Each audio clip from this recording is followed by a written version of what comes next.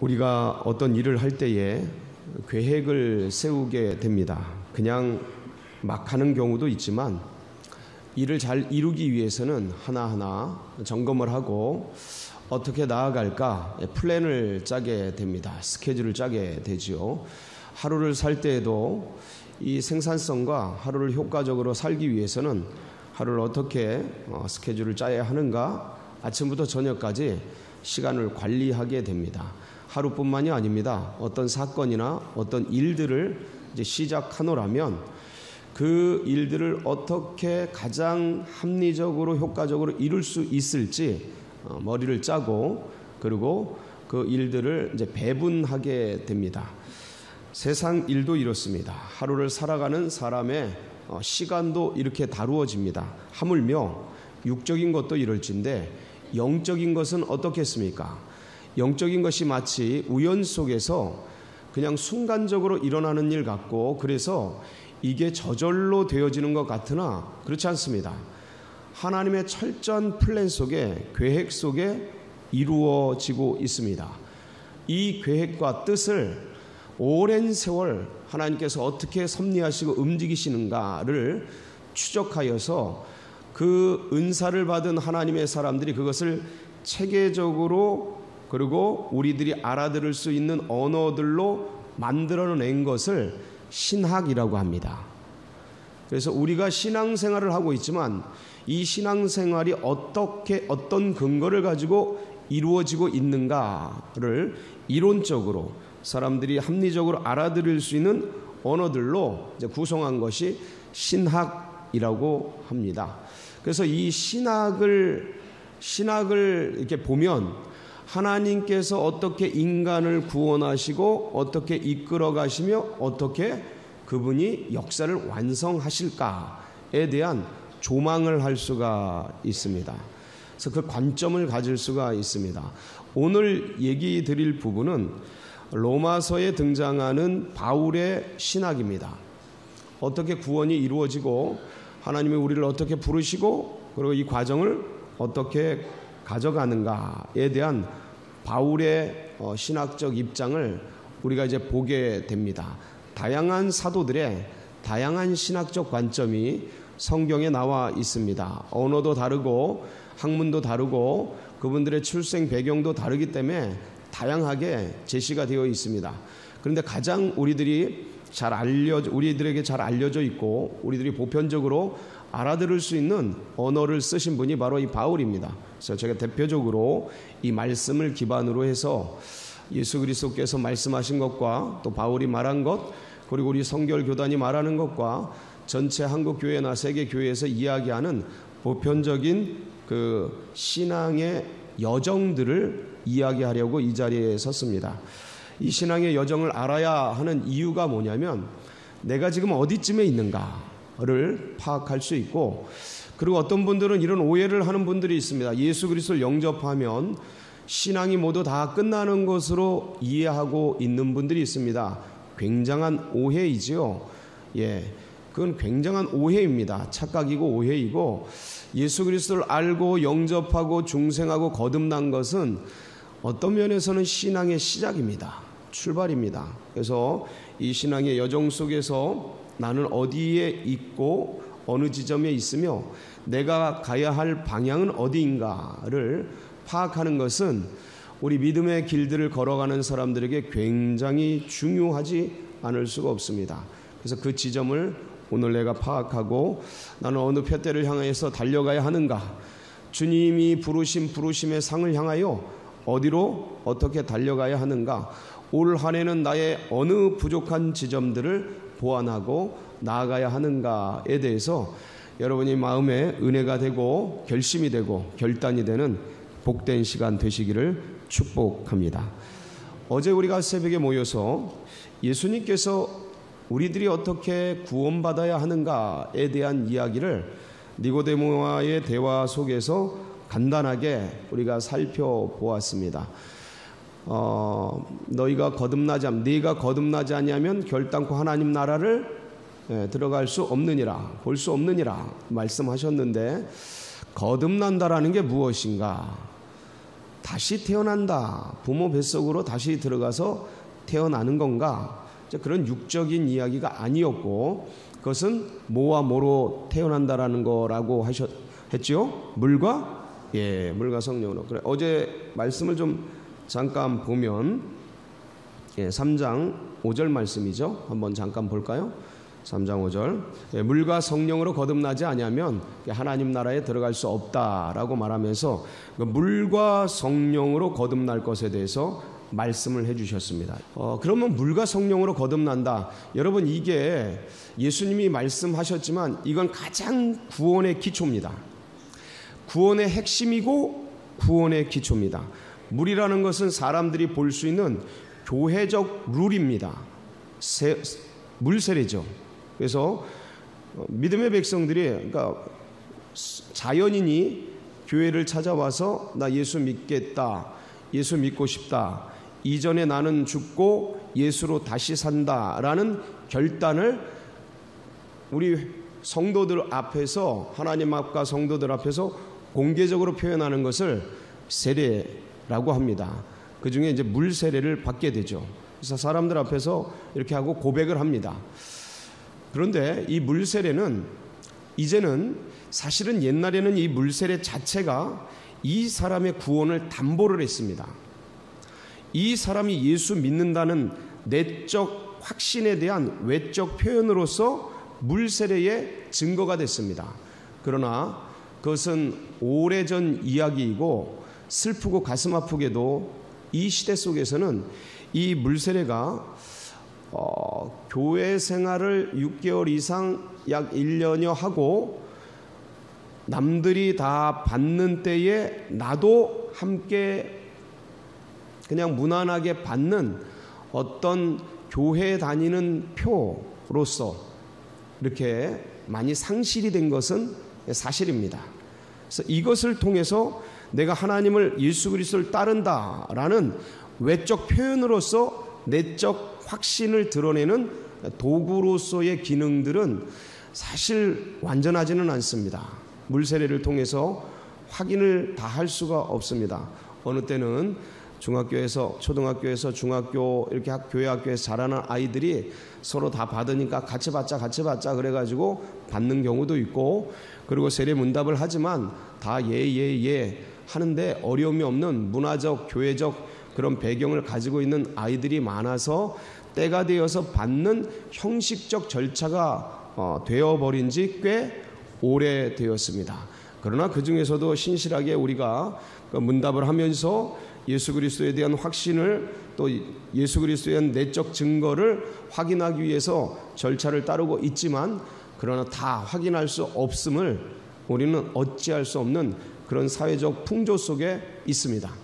그렇다면 이 물세례와 더불어 주님께서 말씀하신 물과 성령으로 거듭나지 아니하면 하나님 나라에 들어갈 수 없다, 거듭날 수 없다라고 말씀하신 성령은 무엇인가? 물과 성령 할 때 이것은 성령 세례를 이야기합니다. 성령 세례는 어느 날 갑자기 내가 주님을 향한 사모함과 예수를 알고자 하는 그런 열정, 열망을 가지고 지향하는, 주님께 찾고 구하고 두드리는 어느 순간 속에서 사람이 악할지라도 너희가 자식에게 좋은 것을 줄 알거든 하물며 너희 천부께서 너희가 구하는 것, 좋은 것 성령을 주시지 않겠느냐 하는 이 말씀에 따라 구하고 찾고 두드리다 보면 어느 순간 하나님이 역사하시는 성령의 내적 스파크, 내 영과 하나님 주의 영이 결합되는 내적 스파크가, 바람이 임의로 불며 어디서 와서 어디로 가는지 알지 못하지만 그러나 성령으로 난 사람은 바람이 부는 것, 바람이 불어온 것, 성령의 바람이 불어온 것을 알게 됩니다. 이 내적 확신이 생기는 거예요.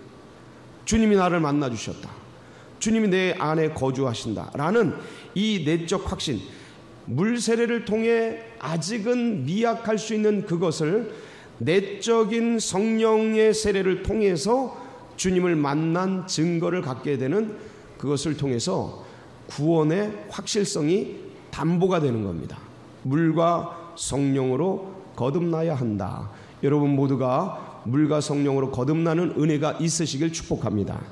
그래서 이 성령 세례를 통해서 우리에게 주어지는 것이 뭐냐면 내적 확신이에요. 물 세례를 통해 주어지는 건 이 사회적 교회적 확신을 주죠. 나는 이 교회 정회원이야. 세례 교인이야. 나는 세례를 받은 자야. 나는 여기에 예배하는 자야. 나는 하나님의 사람이야. 라는 외적 확신을 줘요. 외적 증거를 주는 거죠. 물 세례를 통해. 그러나 성령 세례를 통해 이 성령의 거듭남을 통하여서 내 안에 내적 확신을 줍니다. 이게 같이 결합되어 있어야 돼요. 성령으로 먼저 거듭난 사람일 수 있습니다. 저도 그런 분을 만나봤는데 성령으로 주님을 먼저 만난 그런 사람이 있습니다. 그러나 반드시 그분은 교회에 오셔서 뭘 받으셔야 돼요? 물세례를 받아야 합니다. 왜? 주님이 물과 성령으로 거듭나라 하셨으니까. 이것은 함께 가는 겁니다. 이건 서로 보완하는 겁니다. 따로 존재하는 게 아니에요. 내가 주님을 내적으로 확신한 그분은 교회의 일원이 되어서 예수 그리스도의 제자로서 교회에서 주는 세례를 통하여서 성도들 앞에 내가 정회원되고 교회의 교우가 되었음을 알리는 그런 과정을 꼭 거쳐야 하는 것입니다. 이게 필요 없는 게 아닙니다. 반드시 필요하고, 그래서 이를 통해서 믿음 안에서 자라가게 되어지는 것이죠. 이렇게 주님은 어제 니고데모가 밤에 찾아와서 그 내적 고민, 유대교를 통해 오래도록 랍비가 되어서 사내들인 공회원이 되어서 이렇게 유대교의 최고의 실세가 되었지만, 그럼에도 불구하고 유대교를 통해서는 전혀 내면의 평안을 얻거나 뭔가 믿음의 확신을 얻을 수 없는 내적 허무감, 오랜 세월 이 길을 걸어왔지만 확신할 수 없는 이 구원에 대한 확실함이 없는 내면의 공허함, 이것을 가지고 밤에 찾아온 그에게 아주 믿음의 구원의 핵심 교리만을 주님께서 이야기해 주셨습니다. 그런데 이거에 대해서 이제 오늘 우리가 읽은 본문은 바울이 조금 더 이 구원의 여정에 대해서 좀 더 확실하게 얘기하고 있습니다. 한번 볼까요? 오늘 보면 29절을 한번 보겠습니다. 29절. 하나님이 미리 아신 자들을 또한 그 아들의 형상을 본받게 하기 위하여 미리 정하셨으니 이는 그로 많은 형제 중에서 맏아들이 되게 하려 하심이니라. 여기를 보면 하나님이 미리 아신 자들, 하나님은 모든 것을 미리 아십니까? 뭔가 확신이 조금 약간 딸리는데, 예. 주님은 모든 것을 예지하시죠. 미리 다 아셔요. 예. 제가 그랬죠. 주님은 플랜을 이미 다 짜놓으셨어요. 나에 대한 플랜도 다 짜놓으셨습니까? 아멘. 그럼 아멘입니다. 우리 나라에 대한 플랜도 짜놓으셨을까요? 그럼요.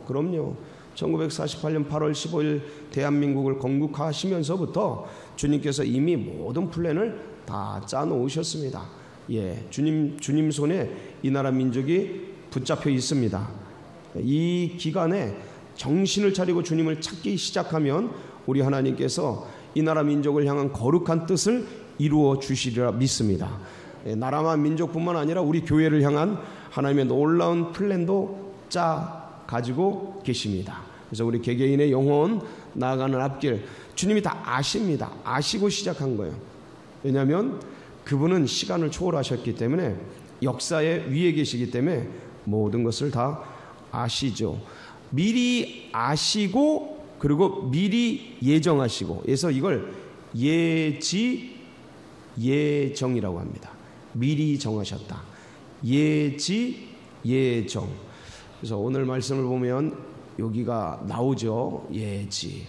자, 그리고 그 밑에 30절 보면 또 미리 정하신 그들을 또한 부르시고 부르신 그들을 또한 의롭다 하시고 의롭다 하신 그들을 또한 뭐하게 하셨느니라?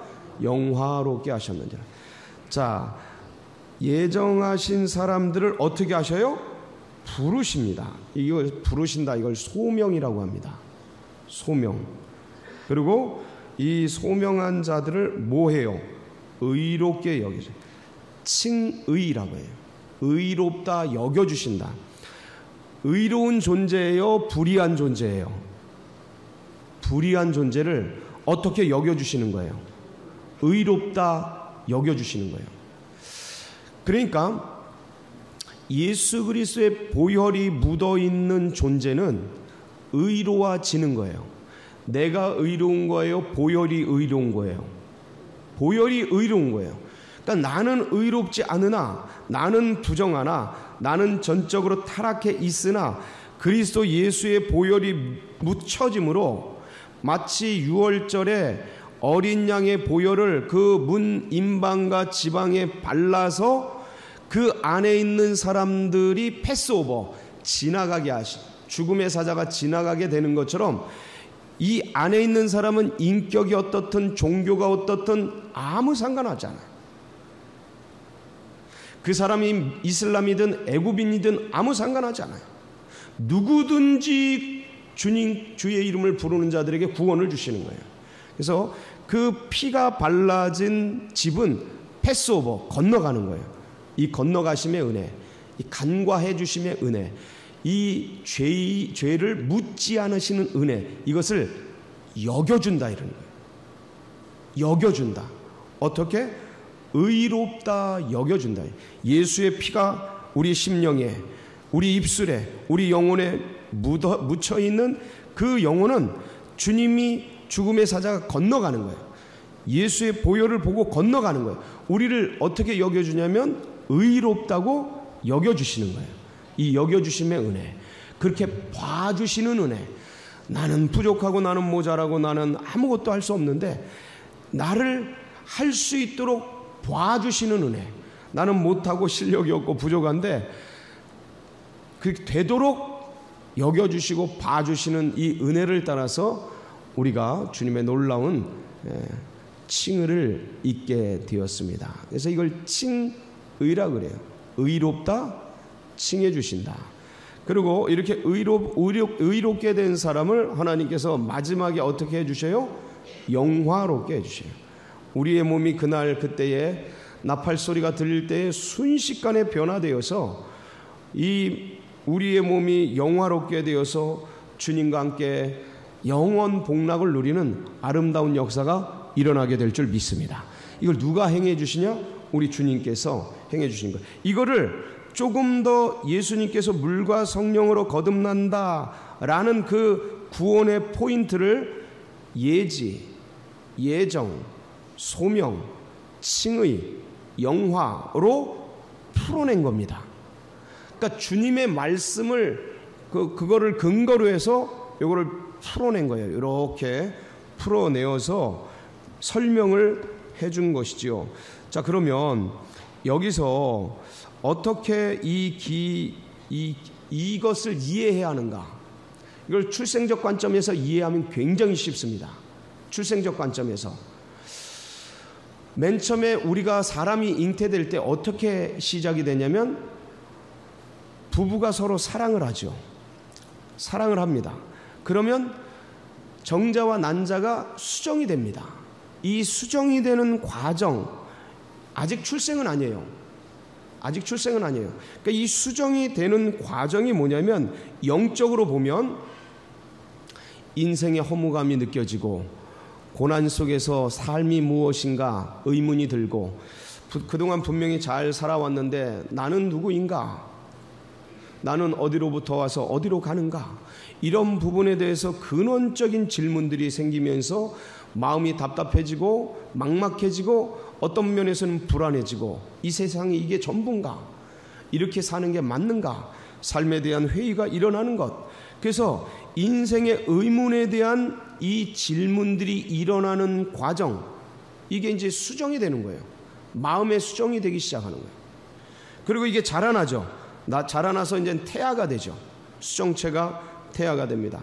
이때는 이제 주님 앞에서 뭔가 내가 잘못 살아온 것 같고 이렇게 살아서는 아니 되는 것 같고 갈등이 일어나고 고민이 일어나고 뭔가 마음에 잘못한 이런 회개와 회심의 이런 감정들, 뉘우침 이런 감정들이 일어나는 것. 이게 회심의 단계인데 이게 이제 아무래도 이제 태아가 자라난 단계로 묘사할 수가 있습니다. 비슷합니다. 이 삶의 원리가 영적인 원리랑 비슷합니다. 그리고 이제 이렇게 회심하고 갈등하고 고민하면서 회개한 영혼이 응애하고 출생하는, 애가 태어나는 요 출생이 바로 뭐라 그래요? 거듭남, 영적으로는 거듭나는 거예요.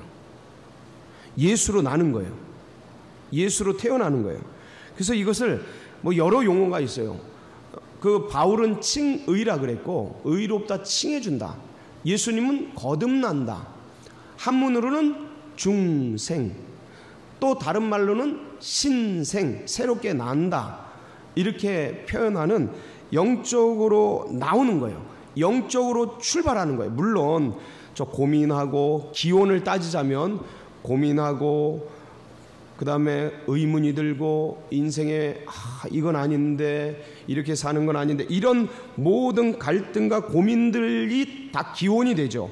그리고 내 마음에 이건 아니야 하고 회개가 되고 회심이 되면서 예수를 주로 영접하고 주님을 나의 구주, 나의 하나님으로 받아들이면서 성령의 은택 가운데 쫙 태어나는 것, 그렇게 인생을 다시 거듭나게 하는 것, 이게 이제 출생이 되는 거예요. 영적으로, 영적인 출생이고, 이걸 중생이라고. 근데 여기 이 시점에서, 전지적 관찰자 시점에서 이제 보면, 내가 고민하고 내가 의문이 든 것은 나의 스스로의 그런 것이 아니고, 자세히 보니까 누가 열어주신 거예요. 의문을. 인생은 이게 아닌데, 교회 한번 갈까? 친구 따라 가볼까? 삶이 이게 전부가 아닌 것 같아. 왜 허무하지? 라는 그 마음 누가 주신 거예요? 하나님이 주신 거예요. 그러니까 전지적 그러니까 이제 이해가 되면, 이거 그 주님이. 그래서 어느 때까지 올라가냐면, 태초에 주님이 나를 예정하사, 이렇게 되는 거예요. 바울의 표현은 태초에 주님이 나를 택정하사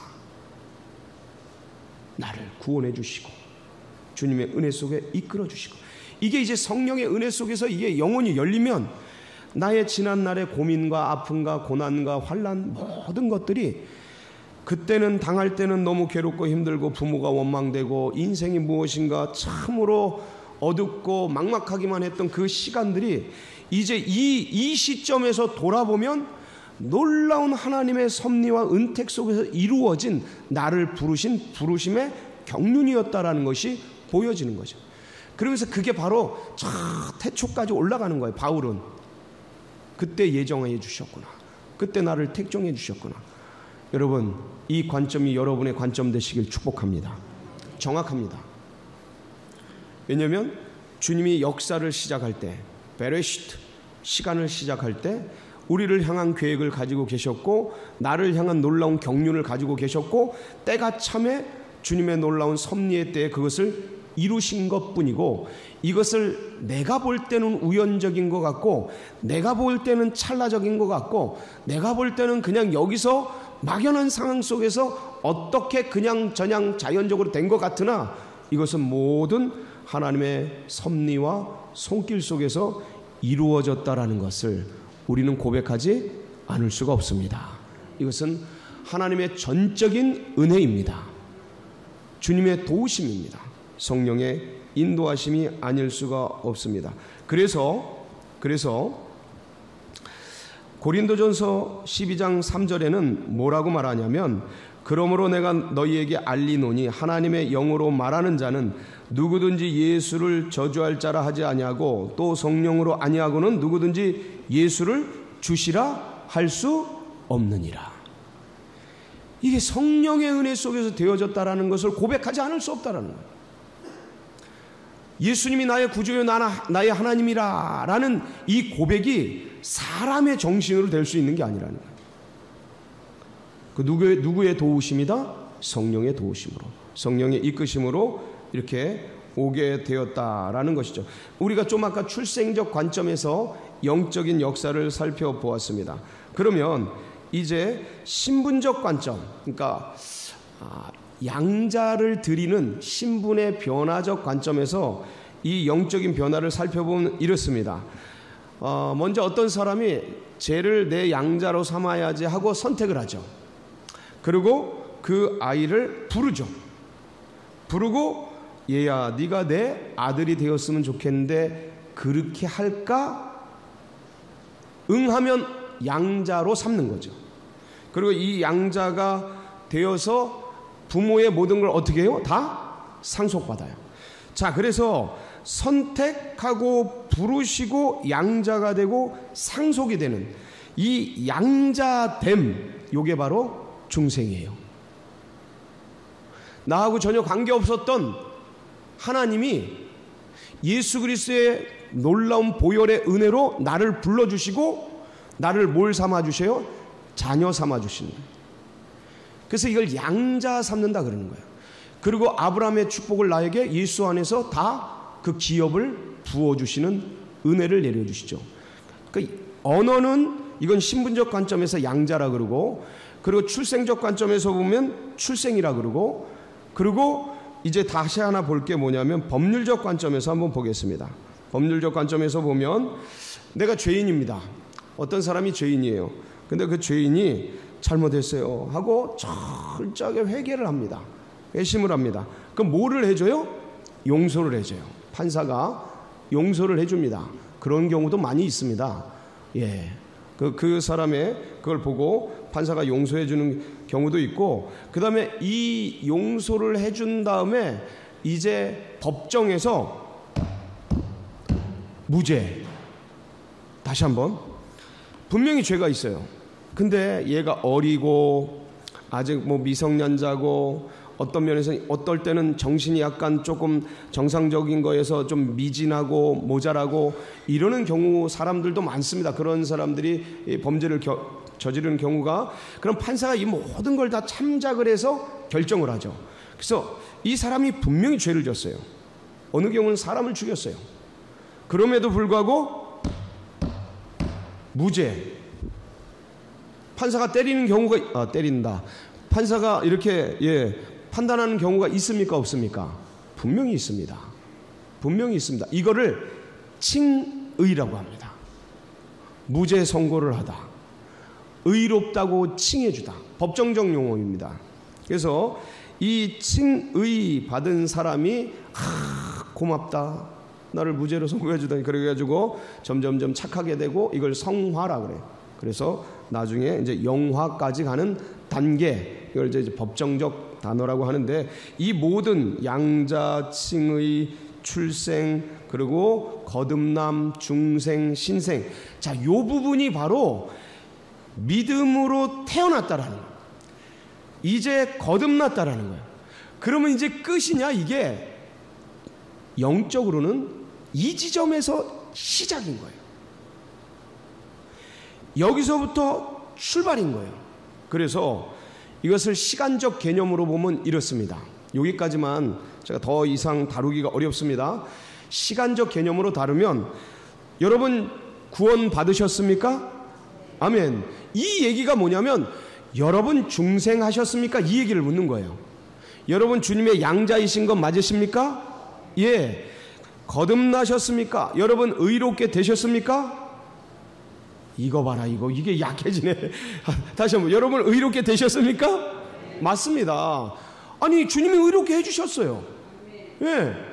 나는 의롭지 못할지라도 주께서 의롭다 하시는, 우주의 왕이 의롭다 하시는데, 재판장의 판사가 의롭다 해도 의로워지는데, 상식적으로 여러분, 아니 판사가 뭐예요? 아무것도 아니잖아요. 예? 근데 우주의 왕이 나를 의롭다고 봐주시는데 의로워진 거죠. 할렐루야. 의로워졌습니다. 이게 시간적 관점에서 과거적 구원이라 그러는 거예요. 과거에 일어난 일이에요. 이거 하나님 안에서는 전부 현재입니다. 근데 우리 믿음의 백성들, 우리는 역사, 시간을 살아가잖아요. 우리에게 일어난 일이에요. 과거의 일이에요. 우리는 구원 받았어요. 할렐루야. 그렇지만 두렵고 떨림으로 우리의 구원을 어떻게 해야 돼요? 이루어 가야 돼요. 그러니까 중생받았다, 칭의되었다, 양자되었다, 거듭났다, 신생했다 라는 것은 과거에 일어난 일이지만 그러나 이 일은 이제 영적으로 시작한 거다. 그럼 어디로 가야 하는가? 우리의 단계는 성결로 가야 되는 거예요. 이거를 사실은 예지, 예정, 그 다음에 우리가 회심하고, 그 다음에 중생하고, 의롭다 칭해지고, 그 다음에 이 믿음의 싸움을 싸워가고, 그 다음에 나중에 영화롭게 되어지는 이 전체 과정을 성화라고 합니다. 성화의 과정. 따라해 볼까요? 성화의 과정. 이건 뭐냐면 거룩해지는 과정이라는 거예요. 죄인이 거룩해지는 과정, 이걸 전체를 일반 용어로 성화의 과정 이렇게 얘기합니다. 일반 용어로 성화의 과정 이렇게 얘기하는데, 지금 그 중에서, 그 넓은 중에서 중생하고 나서 성결의 과정까지 이 사이를 우리 성결교회에서는 이 부분을 특별히 성화의 과정이라 그래요. 자, 회심부터 영화까지 전체가 성화의 과정인데, 이거를 우리도 그렇게 쓰는데, 그 중에서 특별히 성결교단에서는 중생하고 나서 성결하기 요 사이의 과정을 뭐라 그런다고요? 성화라고 합니다. 따라해 볼까요? 성화. 구원받았어요. 출애굽했어요. 홍해를 건넜어요. 홍해를 건넌 거를 믿음 안에서는 요거를 이제 중생한 거로, 세례 받은 거로 이해합니다. 예, 신학적으로는 그래요. 그래서 홍해를 건넜어요. 분명히 구원받았는데 광야 생활을 하면서 이 사람들이 어디로 돌아가려고 그래요? 애굽으로 돌아가려고 그래요. 무슨 일만 나면. 자, 거듭났어요. 예수 믿었어요. 성령으로 은혜 받았어요.